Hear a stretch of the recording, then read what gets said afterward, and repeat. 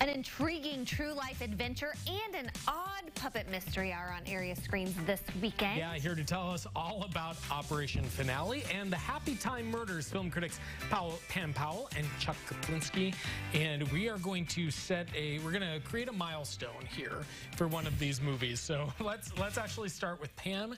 And which flick do you want to talk about first? Let's talk about the Happy Time Murders. Yeah, okay. First. We'll get that one. Is this with Melissa McCarthy? It is. It is okay. Melissa McCarthy, and she stars in this film alongside a puppet. And okay, let's get this right on the table right away.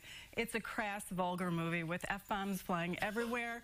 So if you're offended by this stuff, don't go see this movie. And this is not a children's movie. This is not the Muppet movie or the Muppet Christmas movie.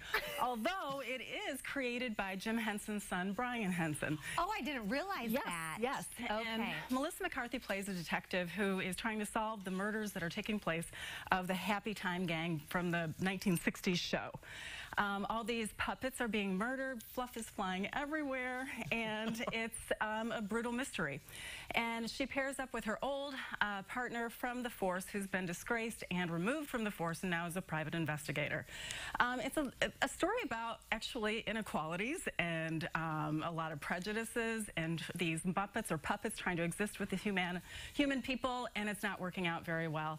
There's a lot of bad blood between the two of them, and they try and solve this mystery together. There really is, I think, some redeeming qualities, and I did find some of it quite funny. Yes, I'm okay with a little bit of this crass, vulgar language and humor. And I actually got a kick out of the fact that, yes, Heather, don't you think it's hard to wear heels all day long? And isn't it really difficult to pull off an all-white outfit? Yes, it is.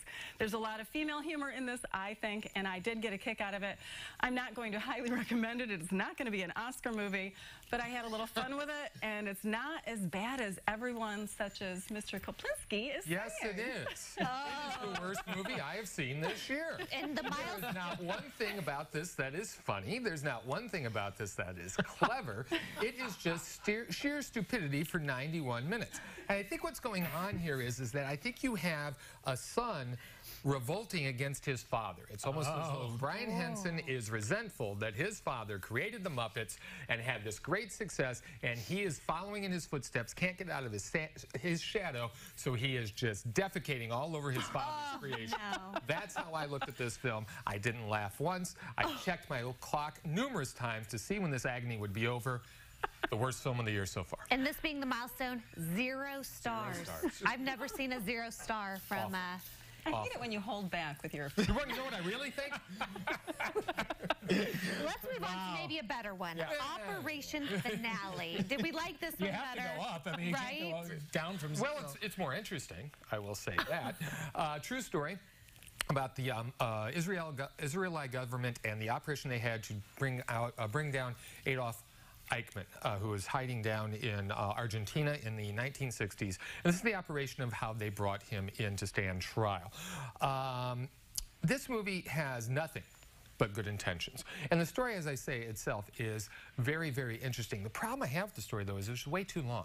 This film clocks in at about 2 hours and 5 minutes, and had they shaved off about 20 minutes, you would have had a better movie, one with far more impact. The most interesting thing about the film is Jason Isaac plays this guy named Peter Malick, and he's one of the guys who captures Eichmann, and they form this strange relationship because they have to get Eichmann to sign a paper saying that he will leave the country to stand trial in Israel, and of course they have to convince him to do this. And this relationship they have is odd because Malick blames him for the death of his sister and nephew, and so he really wants to just slit his throat, but he knows he has to play along to get what they want. Very interesting film, a very timely film because we know that things like this still exist. I just wish it were a bit shorter and to the point. And I would agree with you for the most part, although I think Oscar Isaac's performance was a little bit on the cardboard side. I never had that emotional connection or belief in him. Ben Kingsley is superb in this film. He's superb in every film that he does. Gave humanity to this monster, and it's not until the very end that we really see who this person is.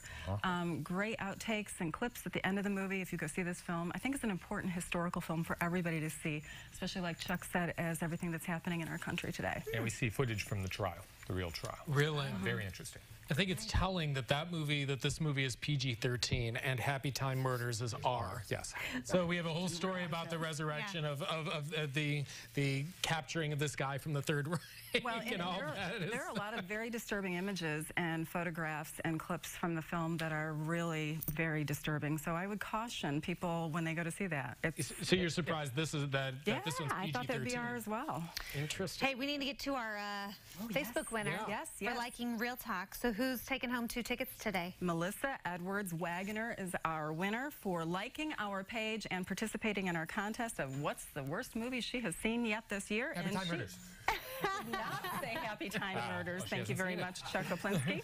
Future World. And now she probably isn't going to. Chuck. Thank you very much. That's all right. Definitely. I suffer, so you don't have to. That's right. That's right. They both do. Melissa. And you can follow them on their Facebook page, Real Talk with Chuck and Pam. Give them a like on Facebook. You might actually win something too, right? That's right. We'll have more winners coming up. Well, this week, we are sending Matt off in style. We announced yesterday that tomorrow's his last day, and we've been sharing a few classic moments. So, Chuck, do you remember I'd rather forget. way back when you cooked on the show? You cooked on the I You cooked did? on the show. Look at him They there. were so desperate. I think somebody fell out. They had someone scheduled. There was a food poisoning incident that they couldn't come. So they brought in the Z team, and there I was cooking. What did we make? I can't even remember. Carnitas. Oh. Okay. And you lied or you said they were good. I probably did not lie. You probably did, because they were good, darn it. Look, there's even Joe in there. And he's a little skeptical, Chuck. Oh, yeah. Was this a family Oh, yeah, there's my recipe? thumb on the shell there, too. That's it. Didn't notice that before. Oh, well, you know, it all comes out in the wash, right? Let's hope so. But what if? But that was so fun. That was fun. And you know, and working with you for all of these years, both back in the morning show time and on CI Living, has been really a joy. Well, I remember during your first tenure, when you left, I think I said to you, I wish I'd gotten to know you better.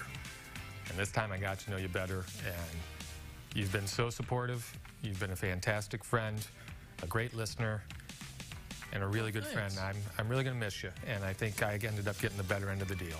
So, Thank good you, luck. Chuck. Wow. Good luck. All right. Well, thanks.